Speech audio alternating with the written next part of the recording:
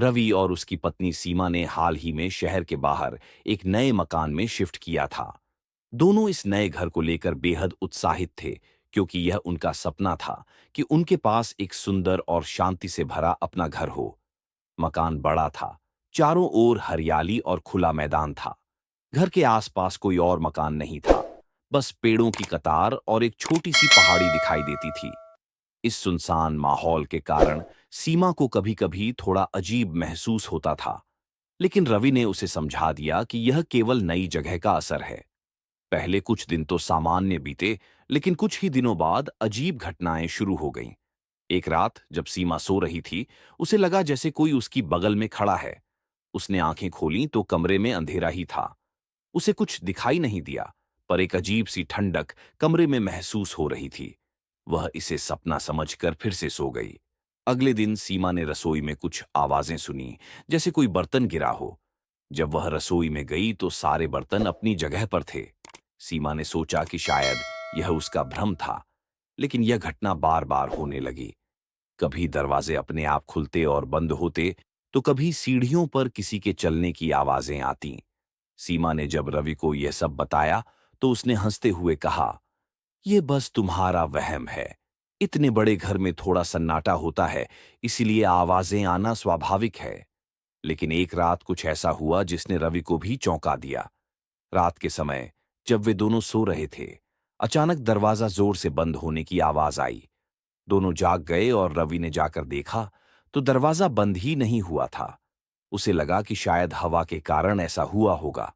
वे फिर से सोने चले गए, लेकिन तभी उन्हें ऊपर की मंजिल से किसी के चलने की आवाज सुनाई देने लगी।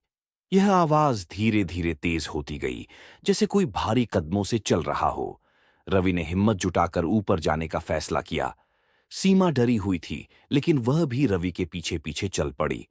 जब वे ऊपर पहुंचे तो उन्होंने देखा कि सीढ़ियों पर हल्की धुंध छाई हुई थी और उन्हें लगा जैसे कोई छाया तेजी से गुजर गई हो। सीमा का चेहरा डर से सफेद पड़ गया था।